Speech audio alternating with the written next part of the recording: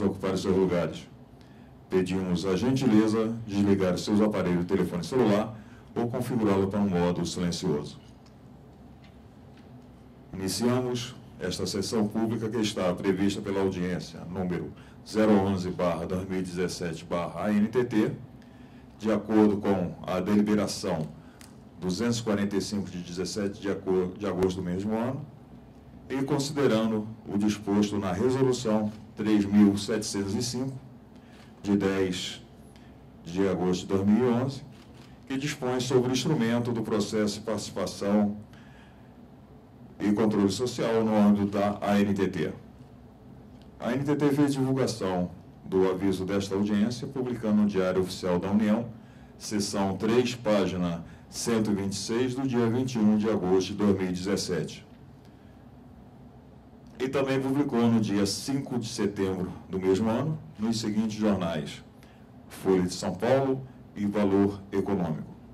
Foram enviados convites eletrônicos para as autoridades do Executivo, Comissão de Serviço de Infraestrutura do Senado Federal, Comissão de Viação e Transporte da Câmara dos Deputados, e a documentação completa relativa ao objeto da audiência 011/2017 está disponível no sítio eletrônico da ANTT, www.antt.gov.br, audiência pública número 011/2017. Esta audiência, ela está sendo filmada e posteriormente estará disponível no canal ANTT no YouTube. Convidamos para compor a mesa diretora o presidente desta audiência, o senhor César Augusto Santiago Dias. O secretário da audiência pública, o senhor Eliésio dos Santos. O gerente de fiscalização econômico-financeiro da SUFER/NTT, o senhor Emílio Mota.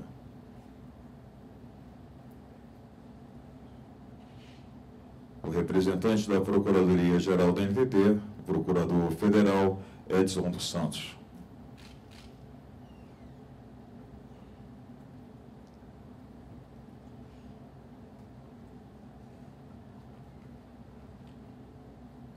Com a palavra, o presidente desta audiência pública, o senhor César Augusto Santiago Dias. Senhoras e senhores, boa tarde.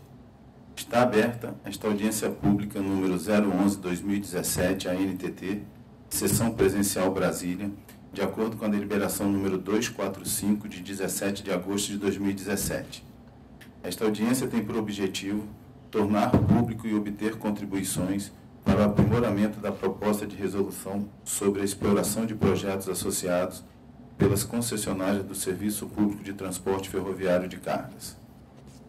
Procedimentos previstos, gostaria de destacar o seguinte: a agenda do evento, que está no momento disponibilizada ali no painel, e o prazo para encaminhamento das contribuições por escrito teve início às 9 horas do dia 11 de setembro de 2017 e se encerrará às 18 horas do dia 10 de outubro de 2017, horário de Brasília. As contribuições podem ser formalizadas por meio do formulário de envio de contribuições, disponível no sítio eletrônico da ANTT, www.antt.gov.br, audiência pública número 011/17, pelo encaminhamento via postal para o endereço da agência, no setor de Clube Esportivo Sul, trecho 3, lote 10, polo 8, Brasília DF, e ainda durante as sessões presenciais. A participação pessoal e o direito à manifestação oral durante a sessão estarão condicionados ao credenciamento conforme já informado. As contribuições recebidas serão analisadas quanto ao seu eventual aproveitamento e o resultado dessa avaliação integrará o relatório final da audiência pública e será disponibilizado no sítio eletrônico da ANTT. A formulação geral das contribuições. As manifestações serão formuladas no idioma português, de forma concisa, objetiva e devidamente identificada. As manifestações orais sobre a matéria serão consideradas desde que o autor ou seu representante legal tenha registrado sua participação durante o credenciamento. E as manifestações serão registradas ainda, de forma a preservar a integralidade de seus conteúdos e poderão servir de subsídio ao aprimoramento da proposta. Da sessão presencial. Ao presidente da sessão pública compete, entre outras funções, dar início, suspender, encerrar, prorrogar e decidir conclusivamente sobre as questões de ordem e sobre os procedimentos adotados na audiência. Com vista a assegurar o bom andamento do trabalho, poderá conceder e cassar a palavra, além de determinar a retirada de pessoas que perturbem a realização da sessão presencial. Portanto, feitas as considerações preliminares, convido agora o gerente de fiscalização econômico e financeiro da Superintendência de Transporte de Carga, da Transporte Ferroviário da SUFER, o senhor Emídio Mota, para fazer a apresentação do tema.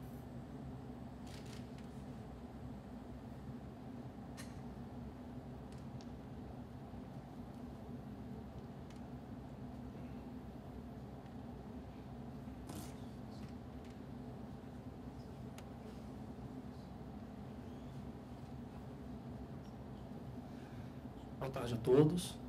Gostaria de agradecer a presença. Sei que o tempo de todos nós é exíguo, mas entendo que o tema ele é relevante à regulação e ao cotidiano das concessionárias, assim como também à agência pela sua atividade de fiscalização e regulação. O assunto de receitas alternativas, ele tem paulatinamente ganhado relevância à medida que a agência tem atuado de forma mais assertiva quanto à verificação do cumprimento de obrigações inseridas no contrato de concessão, motivo pelo qual entendemos que se tornou premente a edição de uma norma que permita tratar de forma mais pormenorizada aspectos que são utilizados pelas concessionárias e também pela agência quanto à verificação do cumprimento dessa obrigação. Pois bem, nós vamos avançar aqui na nossa apresentação. Ela é uma apresentação sucinta, mas eu acho que com os ingredientes necessários a enriquecer a discussão. Bom, o primeiro ponto é quanto ao motivo, né? Quer dizer, por que é que nós estamos aqui discutindo a questão das receitas alternativas, né? Bom, as receitas alternativas, elas são tratadas no âmbito da Lei das Concessões, que é a Lei 8987. De maneira geral, como é que nós podemos entender a questão das receitas alternativas? Ela está diretamente ligada ao equilíbrio econômico-financeiro de um contrato de concessão. Então, quando você realiza uma concessão, para realizar essa concessão, você dimensiona um conjunto de receitas e um conjunto de encargos que uma determinada concessionária terá que suportar para realizar a adequada prestação do serviço público. As receitas alternativas, então, é uma espécie de subcategoria desse conjunto de receitas. Entende-se, portanto, como as receitas alternativas aquelas que, porventura, não constavam originalmente desse modelo de valoração e que, portanto, ao serem percebidas, precisam ser internalizadas desse modelo de valoração, de alguma maneira, para manter o equilíbrio econômico-financeiro desse contrato. Daí o conceito que é colocado na Lei 8987, que é o que nós vamos ver aqui adiante. Bom, como é que a Lei 8987 trata das receitas alternativas? Tá aí. No atendimento às peculiaridades de cada serviço público, poderá o poder concedente prever em favor da concessionária, no edital, a possibilidade de outras fontes provenientes de receitas alternativas, com vistas a favorecer a modicidade das tarifas. Essas fontes de receita serão obrigatoriamente consideradas para a aferição do inicial equilíbrio econômico-financeiro do contrato. Então, o primeiro ponto que precisa ficar assente, e por que eu ressalto esse ponto? Porque nós temos hoje um conjunto de contratos de concessão e entendemos que uma parte desses conjuntos existe um tratamento um pouco mais pormenorizado sobre o que são receitas alternativas e como elas são tratadas no cotidiano. Mas existe um outro conjunto de contratos, a gente vai detalhar isso um pouco mais à frente, que ele simplesmente é silente quanto à matéria das receitas alternativas. Então, o objetivo de falar agora sobre a Lei 8987 é deixar claro que as receitas alternativas, elas não performam em uns contratos e em outros não. Muito pelo contrário. Todos os contratos de ferrovia, de concessão de ferrovias, eles se submetem ao que está disposto na Lei 8987. E se submetem em que sentido? Eles se submetem quando a lei trata da possibilidade de percepção dessas receitas e que, ao se perceber essas receitas, elas precisam ser consideradas no equilíbrio econômico-financeiro do contrato mediante a modicidade das tarifas. Então, o primeiro ponto é receitas alternativas perpassa todos os contratos de concessão e em todos eles devem ser, de certa maneira, consideradas à aferição do inicial equilíbrio econômico-financeiro do contrato mediante a modicidade das tarifas, cuja proposta para que isso seja feita nós vamos discutir aqui nesse encontro. Bom, eu coloquei para vocês que as receitas alternativas é um assunto afeto a todos os contratos de concessão, mas são afetos de maneira distinta. E onde é que existe essa distinção? Nesse quadro, nós podemos verificar todos os contratos que nós dispomos e como isso é colocado. Então, nos contratos da Carajás, da Vitória Minas, da Ferroeste e da Rumo Malha Norte, a matéria simplesmente não é tratada. Ou seja, esses contratos, eles não tratam sobre a possibilidade de percepção de receitas alternativas. Observe que no slide anterior é colocado, pela Lei 8987, há a possibilidade de percepção de receitas dessa natureza, desde que previsto no edital de licitação. Então, esses 4 contratos, eles são silentes em relação à matéria. Para os demais contratos de concessão, eles tratam da questão das receitas alternativas. De que maneira? Eles exigem que, para que a concessionária possa perceber receitas alternativas, ou seja, celebrar contratos que permitam a percepção de receitas alternativas, ela precisaria ter uma anuência prévia do poder concedente e, além da anuência prévia do poder concedente, ela precisa recolher parte da receita percebida ao poder público. Então, observe que do conjunto de contratos que são regulados pela NTT, nós temos uma distinção quanto ao tratamento que o regulador deu quando da edição desses instrumentos. Enquanto alguns contratos simplesmente são silentes em relação à matéria, outros já trazem o tratamento. Para aqueles que trazem o tratamento, em linhas gerais, podemos dizer que ele abre espaço para a exploração de projetos associados e, por conseguinte, para a percepção de receitas alternativas, e ele coloca aqui, na hipótese de perceber essas receitas, parte delas deverá ser compartilhada com o poder público mediante recolhimentos em alíquotas que são distintas em função de cada contrato. Então, o que nós podemos concluir disso é que a resolução, a nossa proposta de resolução quanto a receitas alternativas, ela deve abarcar a integralidade dos contratos e não somente aqueles contratos que, porventura, trazem a necessidade de recolhimento ao poder público de parte das receitas. Simplesmente, então, se disciplina a matéria para todo o setor e tem que se tratar especificamente aqueles contratos que têm essa peculiaridade de recolhimento de parte da receita percebida. Vamos adiante, então, na explanação.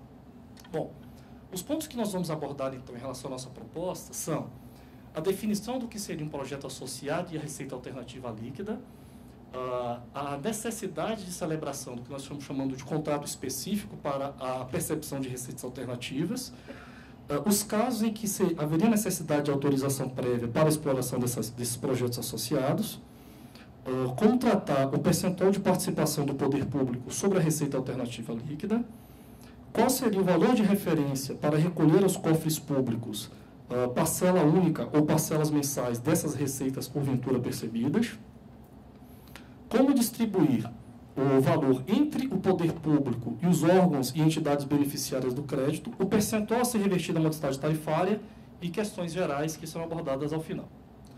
Bom, o primeiro ponto é a definição do que seria um projeto associado. Então, assim, o que nós vamos fazer aqui prospectivamente é, mediante uma proposta de resolução que foi submetida, portanto, a este encontro, no processo de participação social, nós pescamos os principais ingredientes que entendemos que deveriam ser apresentados aqui no nosso encontro.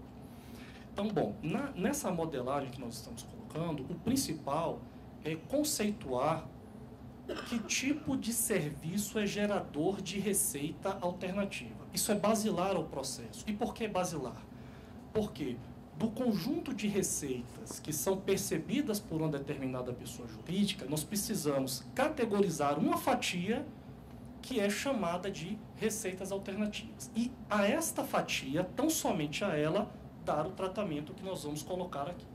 Então, o primeiro ponto é, a receita alternativa, ela é decorrente de uma prestação de serviço. Esta prestação de serviço nós estamos chamando de projeto associado. Então, o que seria, portanto, o projeto associado? O projeto associado é toda atividade de prestação de serviço que seja o recebimento pela concessionária de receitas diferentes do frete ferroviário, das operações acessórias, do tráfego mútuo do direito de passagem.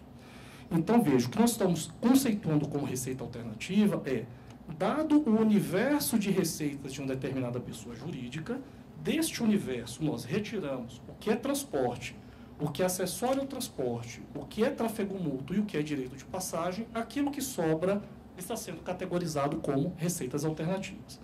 Aí podem surgir alguns questionamentos. Mas espera aí, é toda coisa que não seja isso aí? Não.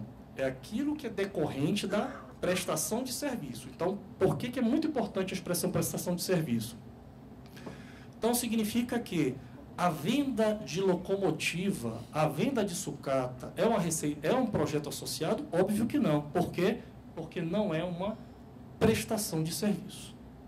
Então, a primeira coisa é, só pode ser receita alternativa o que é prestação de serviço. Dessa prestação de serviço, retira-se aqueles subconjuntos, o que sobra é receita alternativa. Tá? E por que é muito importante a questão da prestação de serviço? Porque se não há essa expressão de prestação de serviço, significaria que, porventura, receitas financeiras seriam receita alternativa, o que obviamente não é. Tá? Então, o primeiro ponto é, classificou-se, definiu-se o que seria, que tipo de serviço seria ensejador de receitas alternativas. Definido o tipo de serviço, um outro conceito muito importante é o de receita alternativa líquida. Por quê? Porque naqueles contratos que eu coloquei, que já tratam da matéria do que seria receita alternativa e de o que seria recolhido ao poder concedente, é colocado que é recolhido ao poder concedente um percentual não da receita alternativa bruta, mas sim da sua receita alternativa líquida. Então, toda a base de cálculo, quer seja para recolher ao poder público, quer seja para a modicidade tarifária, é a receita alternativa líquida, que basicamente é a receita alternativa bruta deduzida dos tributos que incidiriam sobre essa receita. Então, esse seria o conceito de receita alternativa líquida. Bom, o próximo ponto seria a exploração de projetos associados pela concessionária deverá ser precedida da celebração de um contrato específico. Esse contrato específico, ele precisaria conter alguns elementos. Esses elementos seriam basicamente um número de identificação, e o número de identificação ele é muito importante porque você passaria a ter um contrato com numeração sequenciado, que facilitaria a sua identificação. Você teria que ter a vigência desse contrato, qual é o objeto desse contrato, em que local se dá a prestação de serviço decorrente desse contrato, e por que local de prestação de serviço? Porque grande parte das receitas alternativas são decorrentes de passagens subterrâneas, por exemplo. As obrigações que forem firmadas entre as partes, no caso a concessionária e a sua contratante, de que maneira o pagamento se daria, o valor total e um ponto que a gente vai abordar um pouco mais adiante, que é uma cláusula de eficácia na hipótese de se necessitar de autorização prévia da NTT. Observem que tudo o que a gente está disciplinando tem por condão dar mais segurança jurídica para as partes. Por que segurança jurídica? Tanto para aqueles contratos, o objetivo é assim, existem contratos que já tratam das receitas alternativas, mas alguns pontos são, de certa maneira, eu não diria que obscuros, mas eles carecem de algum tipo de normatização. Ao se fazer isso que nós estamos propondo aqui, nós vamos dar essa normatização e, ao normatizar, a concessionária vai ter um pouco mais de certeza de que maneira ela vai precisar trabalhar dentro desse aspecto de receitas alternativas, e a agência também está facilitando a sua atividade de fiscalização. Então, ao avançarmos na edição dessa norma, eu acho que ambos os lados terão uma forma mais eficaz de conduzir a matéria. Tá? Bom, então, a cláusula de eficácia e depósito de necessidade de autorização prévia da NTT é o que nós vamos falar no próximo slide. O que seria isso? Primeiro ponto, Hoje, aqueles contratos que permitem a percepção de receitas alternativas, eles indicam a necessidade de anuência para toda e qualquer exploração de projeto associado. Então, a concessionária, a ela não é permitido perceber qualquer receita alternativa, por conseguinte, prestar qualquer serviço que se enquadra como projeto associado, sem que tenha obtido a anuência prévia do poder concedente. O que nós observamos é que, no cotidiano, há espaço para se, de certa maneira, focar essa anuência apenas para aquilo que entendamos que seja relevante à prestação do serviço público. Então, o que nós estamos propondo nessa resolução, né, é de que a concessionária tenha liberdade para celebrar os seus contratos específicos.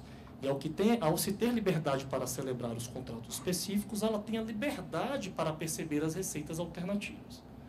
Mas que apenas em alguns casos específicos ela precise obter a anuência da agência reguladora. Os casos específicos seriam, na hipótese de este contrato específico, implicar na cessão, na locação ou de qualquer maneira na transferência de material rodante de armazéns e terminais de oficinas e pátios. Qual foi o racional da agência reguladora ao entender que apenas em casos específicos haveria necessidade de se obter anuência? Porque nós estamos focando naqueles contratos específicos que poderiam eventualmente resultar em algum risco de descontinuidade da prestação do serviço. Então, a percepção que temos é que, na hipótese desse contrato específico implicar na cessão de material rodante ou de coisas afetas à prestação de serviço, haveria, de certa maneira, um risco à sua continuidade. Então, tão somente nessas hipóteses, antes desse contrato performar, seria necessário obter a anuência da agência reguladora. Para todos os demais casos, essa anuência seria desnecessária. Essa é a proposta que nós estamos trazendo. E daí volta aquele slide anterior, em que nós colocamos a cláusula de eficácia na hipótese de necessidade de autorização prévia da NTT. Ou seja, para se ter um projeto associado, eu preciso de um contrato específico. Se esse projeto associado não envolver material rodante, não envolver pátio, não envolver nada daquilo que nós colocamos, não precisa passar pela agência reguladora para obter a anuência. Entretanto, se envolver um daqueles itens, esse contrato terá uma cláusula que dirá que esse contrato somente irá performar na hipótese de se obter a anuência da agência reguladora. Então, veja, o contrato pode, inclusive, ser celebrado com o seu contratante. Por quê? Porque nós não estamos entrando na negociação. Vocês vão sentar e vão negociar e vão firmar o contrato. E esse contrato é, portanto, enviado à agência, e se a agência dá um ok, aquele contrato passa a performar. Então, achamos que dessa forma a concessionária terá mais liberdade para atuar no que se refere à percepção de receitas alternativas, sem diminuir em nada o controle que nós entendemos necessário à prestação do serviço público. Tem um ponto que eu não coloquei aqui no slide, mas é importante ficar claro também, que é o seguinte: quando nós mencionamos que não haverá necessidade de autorização prévia do poder concedente, não há necessidade de autorização prévia para celebrar o contrato de prestação de serviço e, por conseguinte, perceber as suas receitas. Isso não afasta ou diminui de maneira alguma a necessidade de obter uma anuência se isso envolver obra. Se isso envolver obra, isso está nos termos de uma resolução específica e vai se obter uma autorização para aquela obra em função de uma resolução específica da agência que não se comunica com a questão da receita alternativa. Ok? Então, óbvio que se você vai assinar um contrato em que, por exemplo, desses termos aqui, não envolve nada disso aqui, então não preciso de anuência da agência para assinar esse contrato. Mas esse contrato envolve uma obra? Envolve. Não, então eu vou precisar de uma anuência da agência para realizar aquela obra. Ok? Bom, adiante. O próximo passo é a questão da fixação do percentual de recolhimento, tá? Bom, aí eu vou voltar para aquele slide que a gente colocou aquelas caixinhas das concessionárias em que esse assunto é tratado e daquelas concessionárias em que esse assunto não é tratado. Tem que só... Vale a pena voltar naquela caixinha? Aqui, pois bem. Só para ficar claro, senhores, assim, nos contratos da Carajás, Vitória Minas, Ferroeste e RMN, eles não tratam de receitas alternativas e não há qualquer obrigação de recolhimento de parte dessas receitas ao poder público. Não há essa obrigação. Para os demais contratos, há essa obrigação. Só que, para os demais contratos, essa obrigação de recolhimento possui percentuais distintos, que é o que nós estamos tratando aqui. Para aqueles contratos em que esse percentual é definido unilateralmente pelo poder concedente, é importante que fique claro isso, não é um ato negocial entre as partes. O poder concedente, unilateralmente, decide fixar um recolhimento entre 3% e 10% das receitas alternativas percebidas. Essa é a condição de 7 contratos de concessão. Em outros 4 contratos de concessão, esse percentual já é fixado contratualmente em 7%. Nós estamos avançando nessa resolução dizendo, para aqueles contratos em que é definido entre 3% e 10%, não mais será unilateralmente decidido desse percentual. Será exigido um percentual de 8,5% tão somente.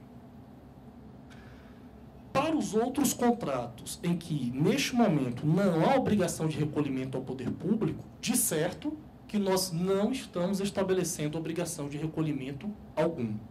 Então, são 15 contratos, 4 não tratam de recolhimento e continuarão não tratando de recolhimento, obviamente.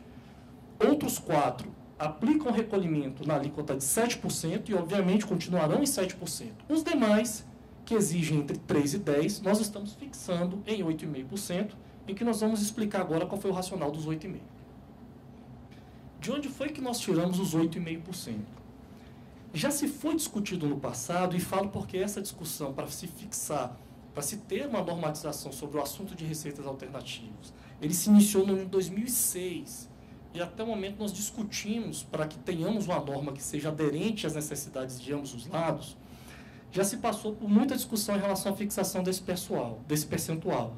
Já se tentou, inclusive, fixar diferentes percentuais em função das especificidades dos contratos que eventualmente fossem celebrados, o que se torna, de certa maneira, impossível diante de não haver literatura sobre a matéria e de nós não termos dados financeiros efetivos que permitam qualquer cálculo dessa natureza. Então, nós tentamos, de certa maneira, avançar na matéria. O que fizemos?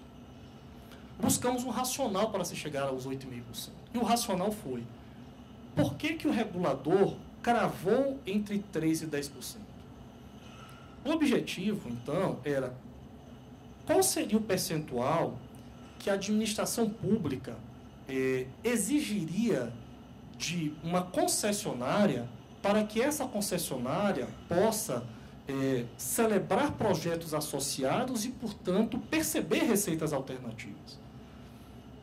O caminho que nós encontramos foi nos valer de outros modelos de valoração mais recentes para estabelecer o percentual de 8,5%. O que fizemos? É de conhecimento de todos que a agência discutiu recentemente, através da audiência pública, acho que é o número 10 de 2016, processo de prorrogação da Malha Paulista, é isso mesmo. Nós discutimos o processo de prorrogação do contrato da Malha Paulista através da audiência pública 10 de 2016. E lá existe um modelo de valoração. E nesse modelo de valoração, existe um conjunto de valores que a concessionária deverá pagar ao poder público para que ela possa performar esse contrato de concessão. E aí não estou entrando aqui nas discussões jurídicas do que é outorga, do que é delegação e do que é arrendamento, não é essa a intenção. Mas tão somente saber, naquele contrato de prorrogação, que tem um conjunto de receitas estimadas para que a concessionária perceba, quanto que a administração pública está exigindo desse conjunto de receitas para que essa pessoa jurídica possa performar esse contrato de concessão. Foi isso que nós fizemos. Nós fomos naquele modelo de valoração e tentamos buscar quanto que essa pessoa jurídica está pagando para o poder concedente para que ela possa prorrogar esse contrato e, dessa maneira, performá-lo pelos próximos anos. Essa conta, através dessa conta, nós chegamos ao número de 8,5%. E como é que foi feito? Nós identificamos o valor presente líquido das despesas com arrendamento. Arrendamento é um valor que a pessoa jurídica vai pagar ao poder público? Sim. Nós pegamos o valor presente líquido das parcelas de outorga, que também é um valor que a pessoa jurídica pagará ao poder público.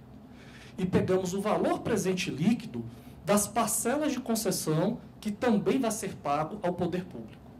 Então, nós pegamos a parcela de arrendamento, a parcela de concessão e o valor de outorga, o valor presente líquido disso, e dividimos pelo valor da receita líquida estimada para esse contrato.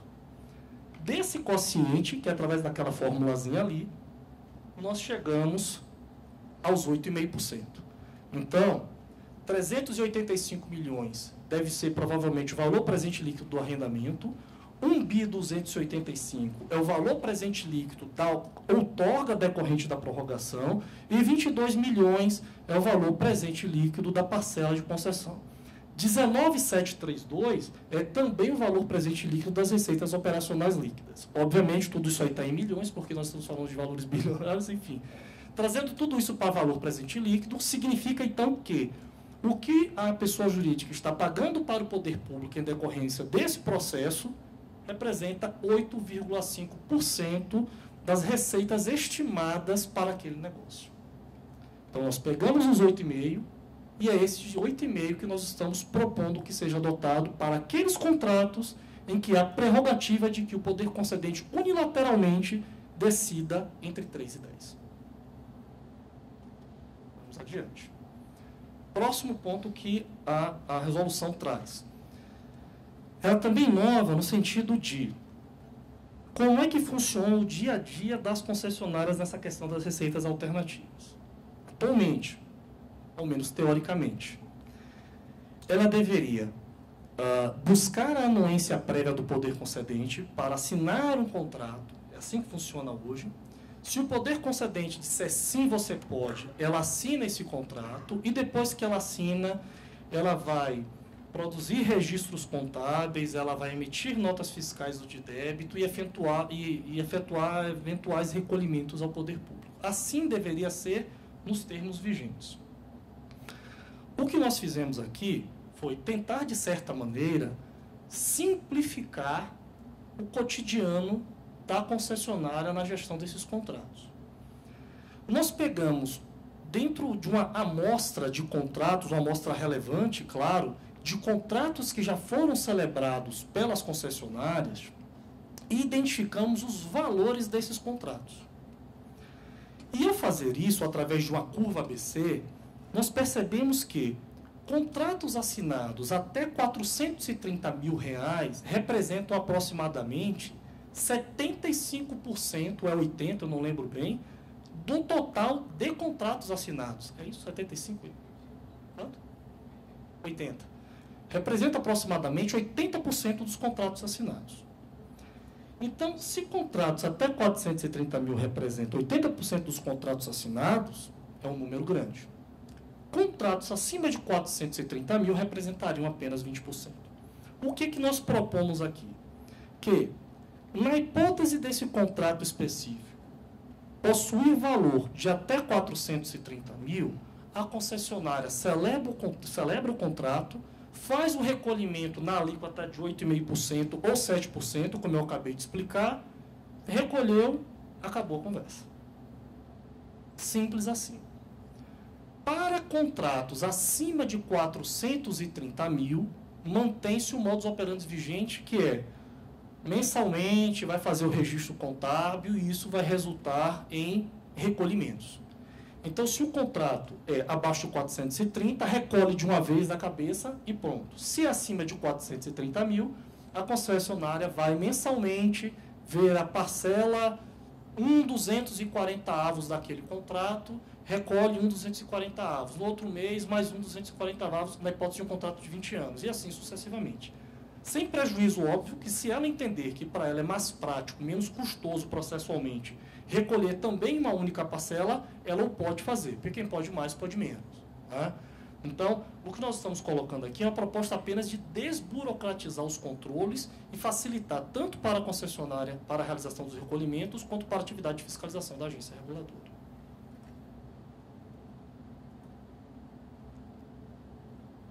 Bom, a distribuição do valor devido. Tá? E mais uma vez eu falo, pessoal, quando a gente aqui agora está tratando dos recolhimentos, isso não vale para Estrada de Ferro Carajás, Estrada de Ferro Vitória Minas, Ferro-Oeste e Rumo Malha Norte, porque esses contratos não têm obrigação de recolhimento ao poder público. Nós estamos falando dos demais contratos. Tá?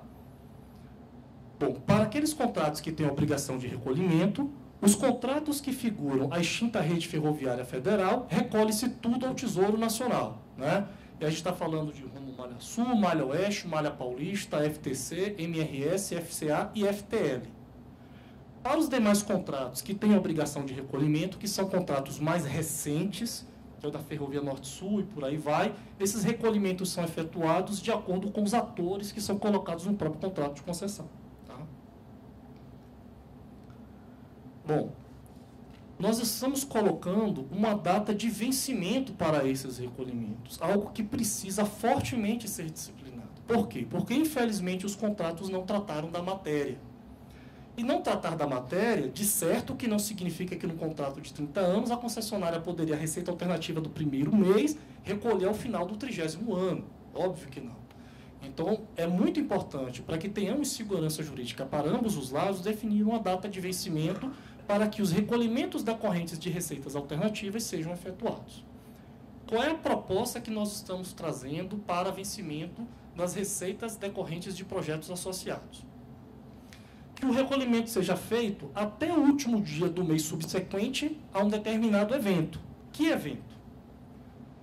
Da data de assinatura dos contratos específicos ou da data de publicação do ato autorizativo nos contratos até 430 mil, guardando correlação com os valores que nós colocamos para recolhimento. Então, se a concessionária celebrou um contrato de até 430 mil, celebrou no dia 10 de janeiro de 2017, ela tem até o dia 28 de fevereiro de 2017 para recolher a receita proveniente daqui.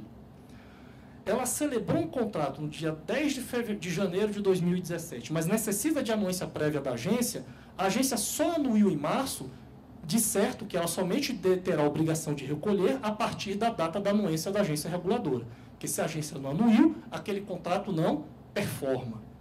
Por isso que é da data da assinatura ou da data da publicação do ato autorizativo para valores abaixo de 430 mil.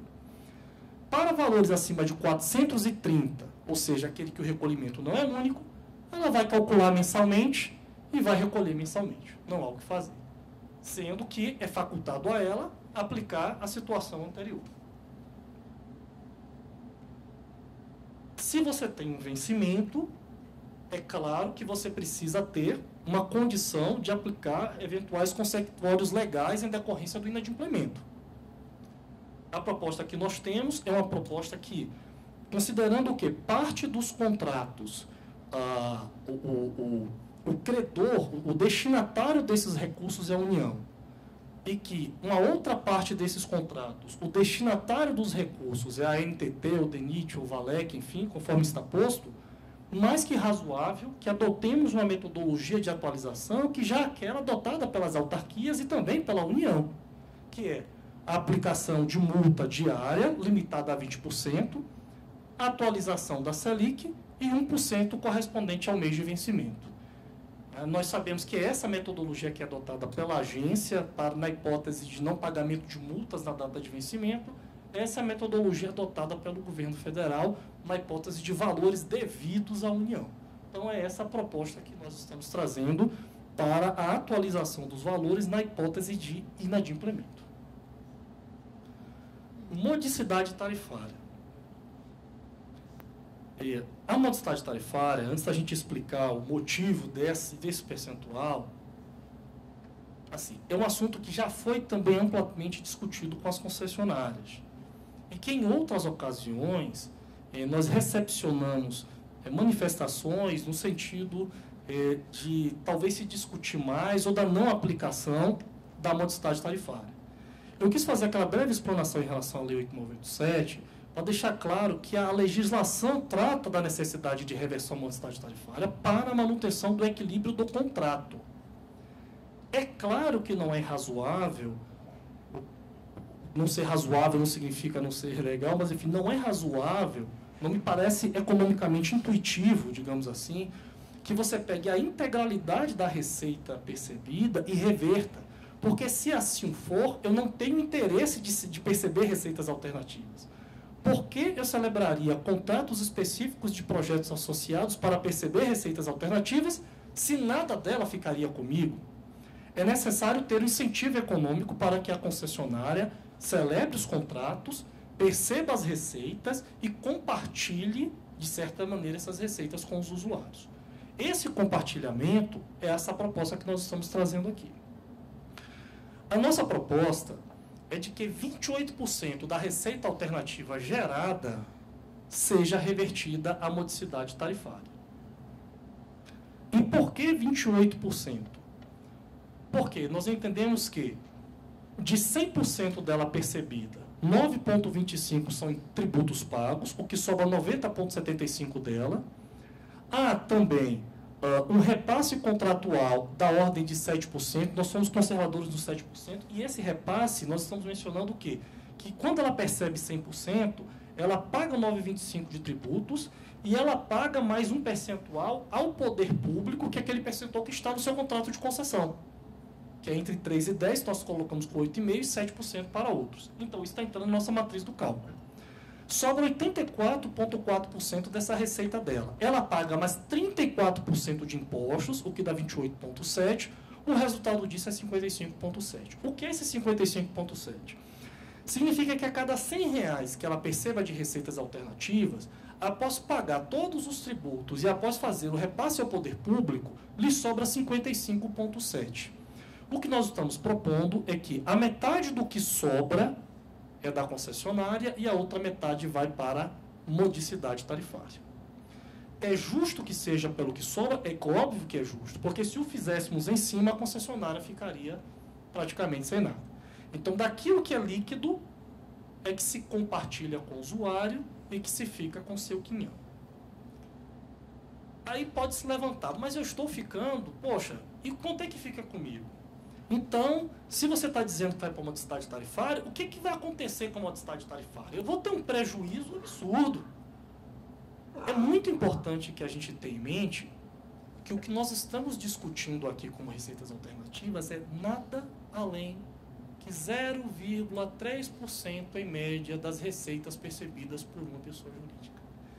Então, se uma concessionária, na sua matriz de receita, significa que se ela recebe R$1.000 de receita, 30 são receitas alternativas. Apenas 30. O que nós estamos dizendo é, dos 30% dos 30 vai para a modicidade tarifária. Então, dos 1.000, 8,5 dos 1.000 são direcionados à redução do teto tarifário. Poderia ser mais? Não tem como. A receita alternativa já é muito pouco. Então, o que eu quero dizer para os senhores é que, assim, a legislação pede que seja revertido. O impacto disso, atendida a legislação, e cabe à agência atender a legislação, nós temos que atender a legislação, não temos como fugir da legislação. Atender a legislação custa para o setor nada. Essa aqui é a verdade. Nada. Porque nós sabemos que o impacto disso é no teto tarifário, e o teto tarifário, poucas vezes, é o que é praticado nas cobranças de tarifárias que são feitas pelas concessionárias. Então, só para que se tenha uma ideia de fato de quanto vai custar para o setor atender a legislação.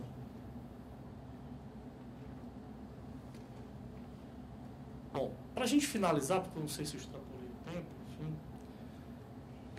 alguns pontos finais é o seguinte: esses contratos específicos assinados, as guias de recolhimento geradas e os seus comprovantes de recolhimento serão enviados anualmente para a fiscalização da NTT.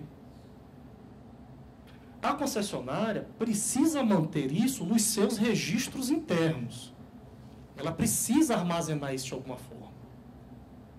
E, na hipótese de a concessionária perceber alguma receita que se enquadre como alternativa, ainda que ela não tenha solicitado a anuência da agência, ou ainda que ela não tenha cumprido a regulamentação estabelecida pela agência, de certo, que se ela for enquadrada como receita alternativa, é claro que vai ser considerada na modicidade tarifária, é claro que se o seu contrato exige recolhimento ao poder público, o recolhimento terá que ser feito.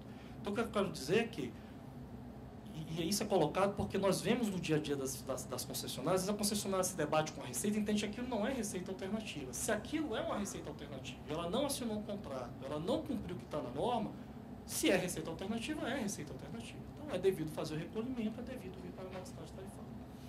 Então, pessoal, assim, fazendo um apanhado geral da situação para que possamos concluir e para que possamos seguir ao intervalo e abrirmos para uma discussão madura sobre a matéria, a proposta, primeiro, todas as concessionárias se submetem à situação de receitas alternativas. Ponto. A proposta da agência é, pode perceber receita alternativa, pode, sem problema nenhum.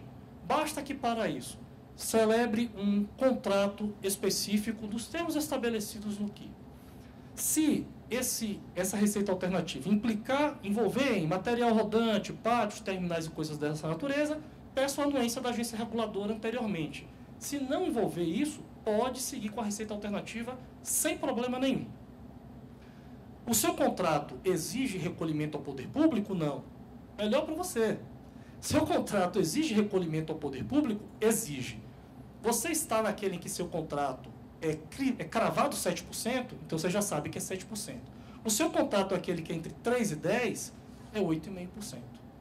Se o seu contrato é até 430 mil, assinou o contrato, recolhe até o último dia do mês subsequente. Se o contrato é acima de 430 mil, você vai recolher mensalmente por competência sem problema nenhum. Mantenha registros específicos dos contratos específicos, das GRUs e dos comprovantes de recolhimento. E com isso, a gente consegue, de certa maneira, caminhar com tranquilidade com a matéria das receitas alternativas. Muito obrigado.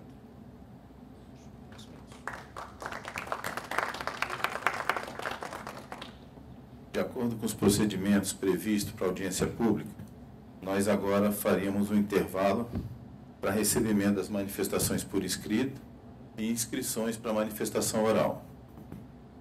De acordo com o pessoal do apoio do evento, ninguém retirou o formulário para fazer a contribuição por escrito.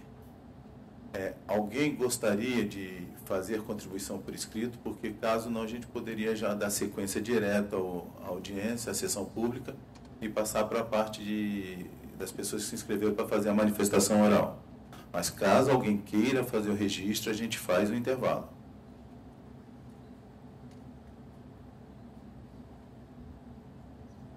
Bom, então, acho que a gente pode passar direto, sem o intervalo, e fazer o registro das pessoas que se inscreveram para fazer a manifestação oral. Houve inscrição até agora de uma pessoa, que não impede que outros queiram fazer uso da palavra se inscrevam ainda agora ou até durante que a pessoa estiver falando, se desejar, só depois vai ao público e se identifique. Então, para que tenha melhor qualidade na gravação do áudio, os inscritos farão a manifestação utilizando o microfone do púlpito, mencionando primeiramente o nome e a instituição que representa. Eu convido o senhor Regis Dudena, gerente jurídico da ANTF.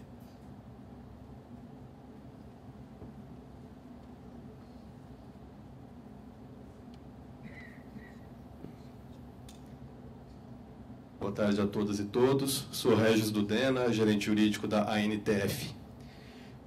Queria dar boa tarde especialmente aos membros da mesa. Em nome do nosso setor, em nome da ANTF, a gente queria fazer alguns comentários. Na verdade, provavelmente faremos uma manifestação por escrito até o final do prazo. A gente queria só aproveitar esse momento da sessão presencial, muito mais do que para fazer propriamente contribuições, para tentar tirar algumas dúvidas que surgiram nesse momento inicial de leitura do material colocado em audiência pública.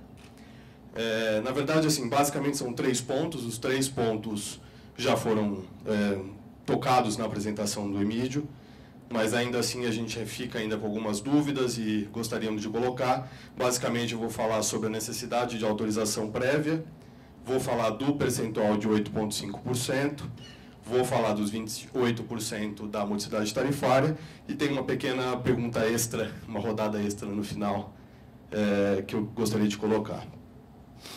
Como o próprio Emídio colocou, se a gente vê o texto da resolução ao falar desses contratos, ele fala que os contratos serão regidos pelo direito privado.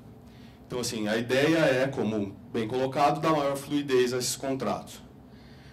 Aí a gente vem a dúvida de por que a agência ainda assim insistiu em colocar nesse momento, na resolução, a necessidade de autorização prévia. Enfim, quem trabalha com isso já há mais tempo sabe que já lá atrás, quando teve uma consulta pública em 2010 sobre o tema, naquele momento a ANTF já teve a oportunidade de se manifestar e já naquele momento a gente fazia esse alerta de que eventualmente o custo regulatório para a necessidade de autorização prévia para esses contratos talvez não se justificasse. A gente tem também acesso a uma consulta, a uma nota técnica, na verdade, uma análise de impacto regulatório da SUREG, ou seja, interno aqui de vocês, que também faz esse mesmo alerta, dizendo, olha, eventualmente os custos e a questão de prazos que você vai trazer com a necessidade de autorização prévia pode não se justificar. Isso pode ser um peso regulatório excessivo para o benefício que eventualmente isso traria, se é que traz um grande benefício na autorização. Então, assim, nesse ponto a gente coloca muito mais uma pergunta, que é dizer, bom, e por que a gente não troca? Ao invés de você ter a necessidade de autorização prévia, você cria uma obrigação, sim, para que aquela concessionária que tenha percebido receitas alternativas faça essa comunicação e faça o recolhimento quando for o caso. Ao invés de você obrigar a fazer uma autorização prévia, o que gera, como todos nós sabemos, um procedimento, uma necessidade de tramitação interna, questões de prazo e de custos regulatórios. No segundo ponto, é a questão do percentual de 8,5%. Também aqui, enfim, nessa outra oportunidade que a ANTF já teve de se manifestar sobre o tema, a gente não conseguiu entender naquele momento, e confesso, Emídio, que não ficou também muito claro hoje, de por que a gente não tenta, de fato, evoluir num escalonamento desse percentual. Por que a gente vai escolher, em uma resolução que vai vincular todos os contratos de serviços associados, insistir num valor flat para todo mundo? Por que a gente não tenta, enfim, desenvolver uma metodologia que seja capaz de entender essas especificidades que você mesmo colocou e tentar fazer um escalonamento ao invés de aplicar 8,5% para todo mundo em todos os casos? E aí, assim, de novo, aqui, a metodologia que você apresentou, enfim, que a agência coloca para justificar o 8,5%, foi pego um caso específico de uma concessão específica. E será que é mesmo o caso da gente replicar esses dados, esses números, esses percentuais, olhando para uma específica para todas as outras? Enfim, de novo, isso é muito mais uma questão, pergunta do que uma certeza que a gente tem nesse momento. Espero que no momento que a gente faça a manifestação por escrito, a gente vai ter mais certeza sobre a nossa opinião sobre o tema e poder, enfim, apresentar isso para vocês. Além disso, e essa é uma questão que vale tanto para esse ponto quanto para o próximo, quando a gente vê o que vocês estão colocando como receita líquida, me parece que existe um fator muito importante que está sendo desconsiderado, que é a questão dos custos. Então, assim, para você executar esses projetos associados, com certeza as concessionárias vão incorrer em custos. E esses custos estão sendo desconsiderados, tanto nos 8,5% quanto no próximo ponto, que é o da modicidade tarifária. Então, aqui de novo, assim, se a agência pensa ainda em tratar essa questão dos custos, e se não acha que seria necessário, inclusive, levar em consideração que há custos para a execução desses projetos associados. E o último ponto é a questão dos 28%. De novo, a gente queria deixar bem claro que a gente super simpático a ideia de modicidade tarifária, não só porque existe uma previsão legal, apesar da 8987 falar em possibilidade, não em obrigação, mas a gente é simpático à ideia de modicidade tarifária. O que só nos assusta, em certa medida, é a gente não ter visto com clareza de como isso vai ser operacionalizado no dia a dia. Então, como que as associadas da NTF vão poder se planejar e saber como que esses 28% vai entrar, isso não ficou muito claro. Como isso será operacionalizado. Então, a gente queria, enfim, nesse primeiro momento, tentar entender um pouco mais. Confesso que também não ficou muito claro pela explicação que já foi dada e nem na nota técnica. E aqui, de novo, reaparece, naquele seu último quadro, naquela sua última tabela em que você fala dos custos para chegar nos 28%, enfim, de novo saltou aos olhos, bom, mas tem custos ali, né? Esses custos não estão entrando. Então, assim, se a gente vai ter gastos, né, se as nossas associadas vão ter gastos para executar esses projetos, talvez faça sentido que, se há um percentual que vai ser utilizado para fins de modicidade tarifária, que seja considerado esses custos.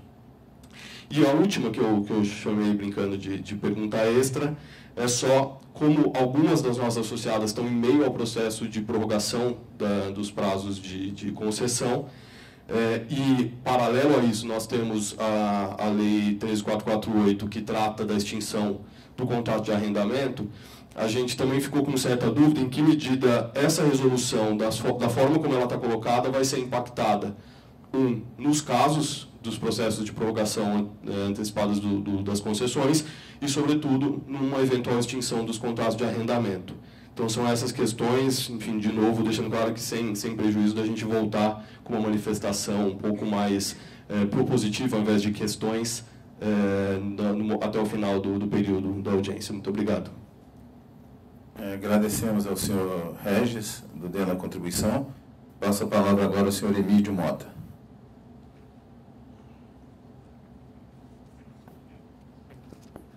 Queria agradecer a contribuição da NTF, a todos os pontos extremamente pertinentes. Eu acho que faz parte do processo de amadurecimento, que aqueles pontos que, porventura, não tenham ficado claros, quer seja pela abordagem ou para a forma de explanação na nota técnica, que eles sejam pormenorizadamente trabalhados, de maneira que tenham segurança do que nós estamos levando para frente, né?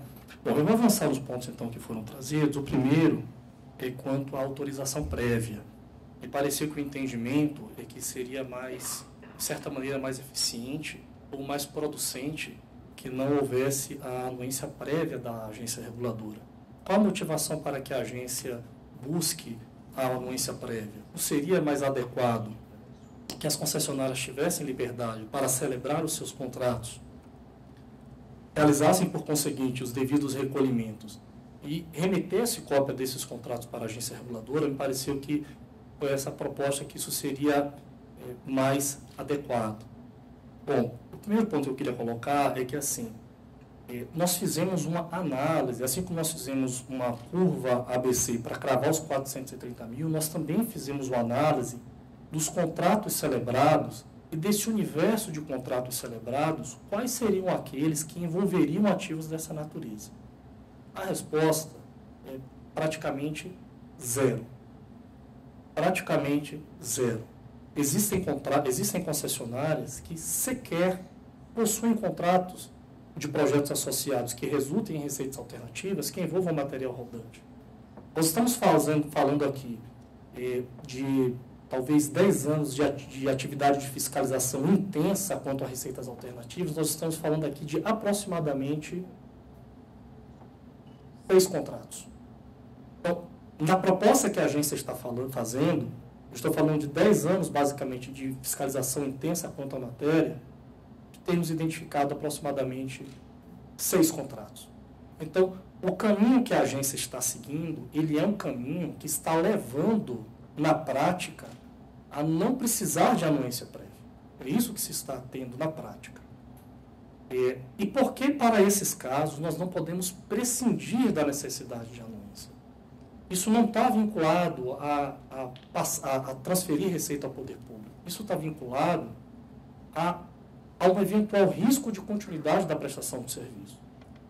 esse risco de continuidade de prestação de serviço, a necessidade de observância da agência, está na 8987.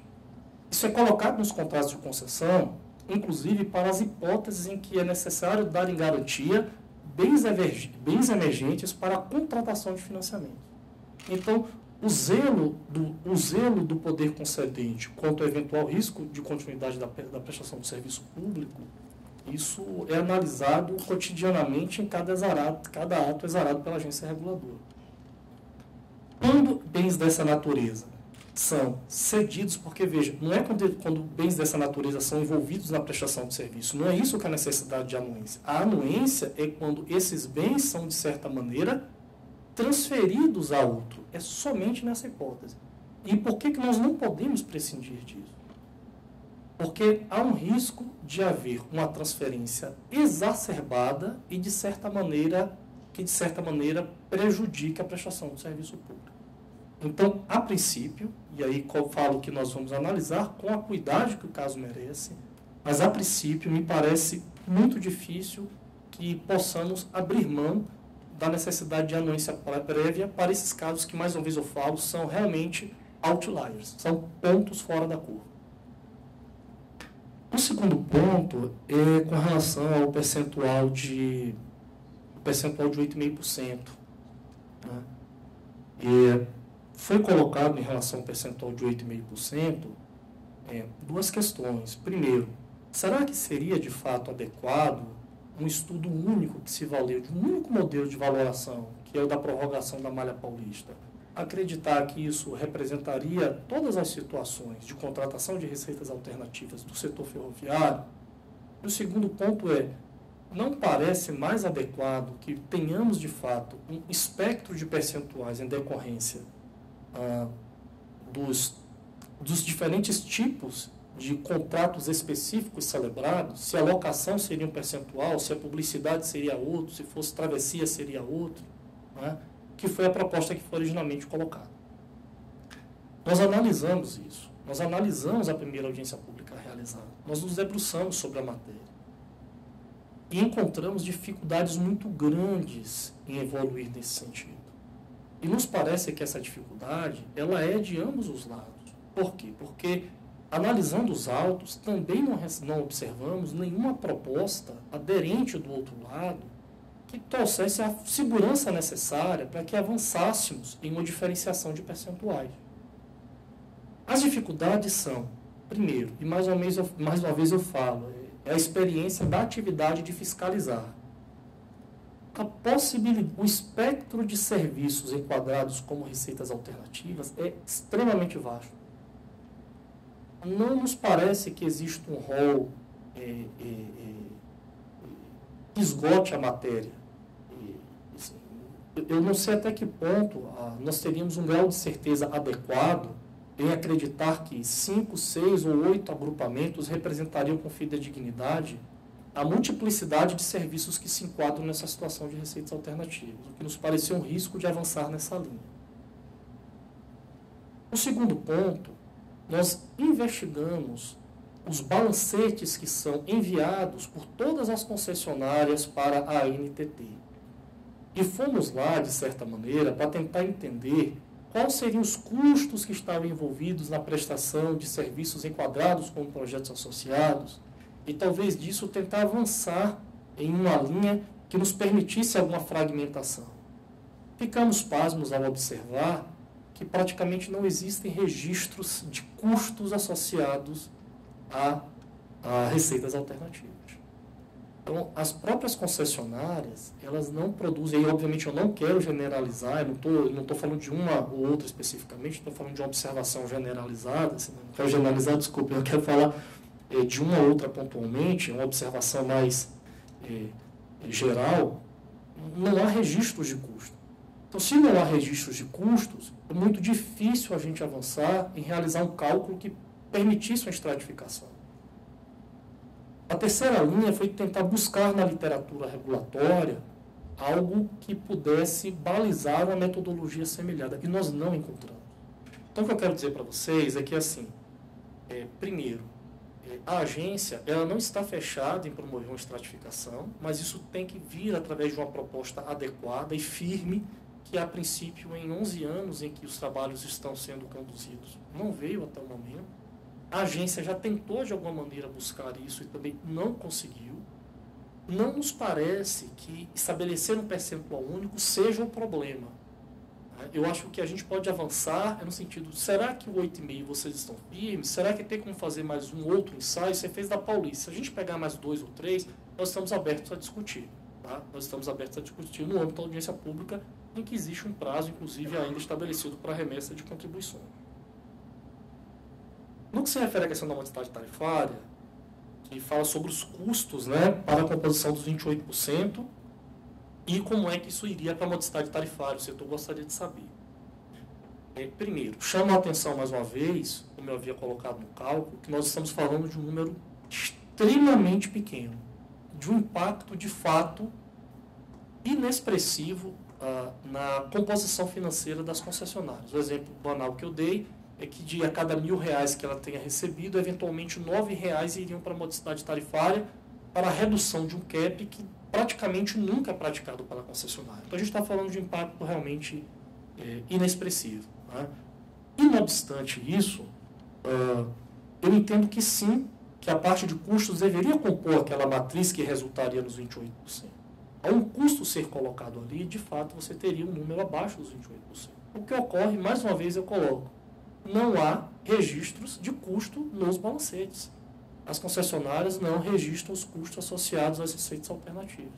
Então, isso o que nos levou a crer que ou esses custos são tão inexpressivos que entendeu-se desnecessário produzir registros contábeis a respeito disso, e é mais fácil nós acreditarmos nisso, ou numa outra linha, que o manual de contabilidade esteja eventualmente sendo descumprido, o que resultaria em algum tipo de investigação contra o cumprimento de obrigações contratuais estabelecidas.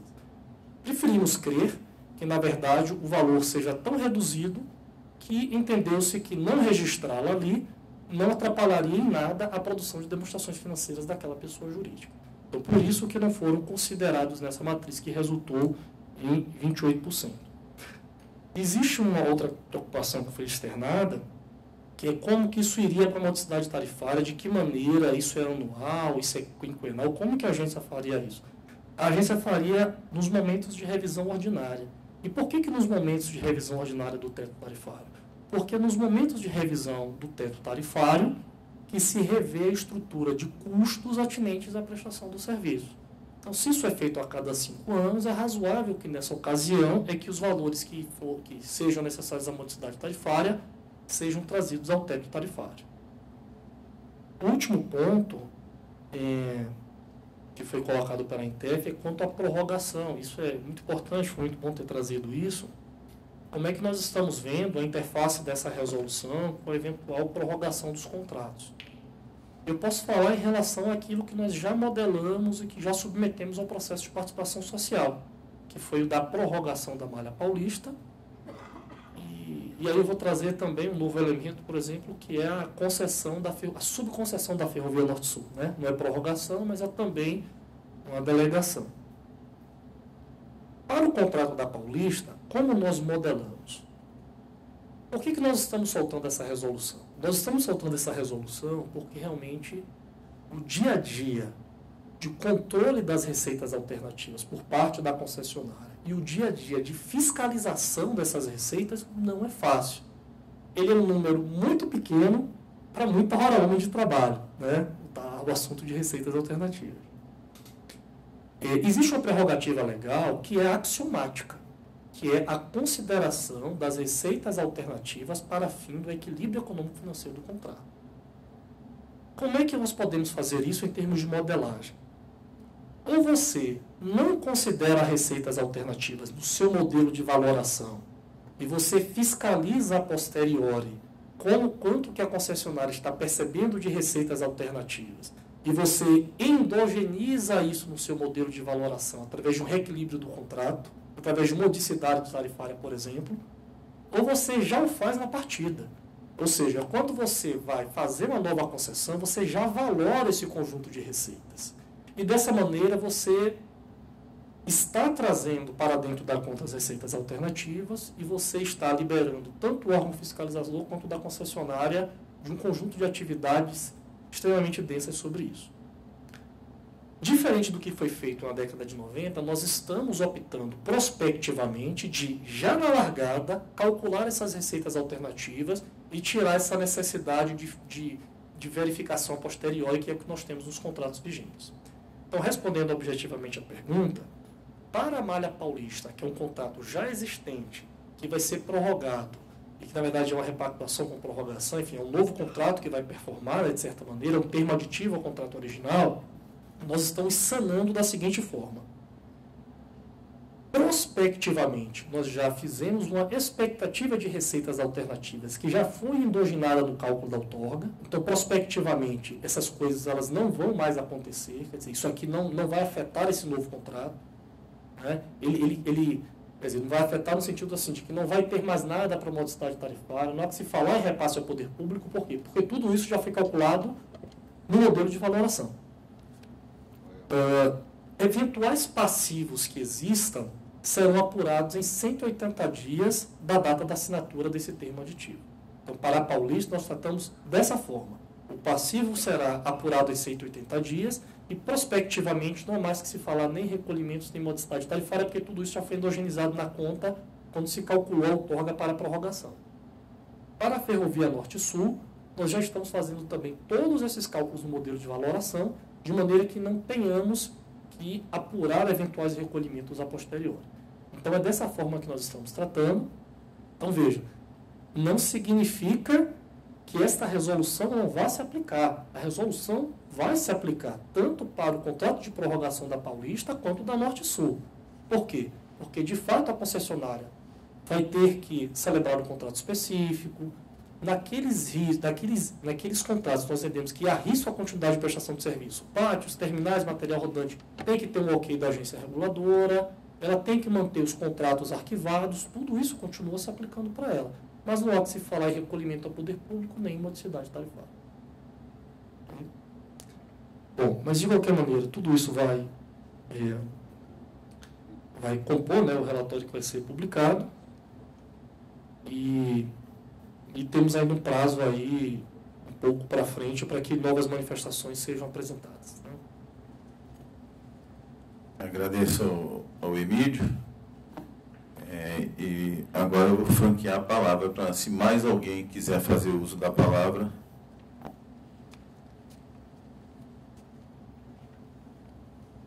Não havendo mais nenhuma manifestação, gostaria de informar que a ata que conterá o evento realizado, o relatório específico desta audiência pública e a apresentação do tema estarão oportunamente disponibilizados na internet no nosso endereço eletrônico www.antt.gov.br, audiência pública número 011/2017.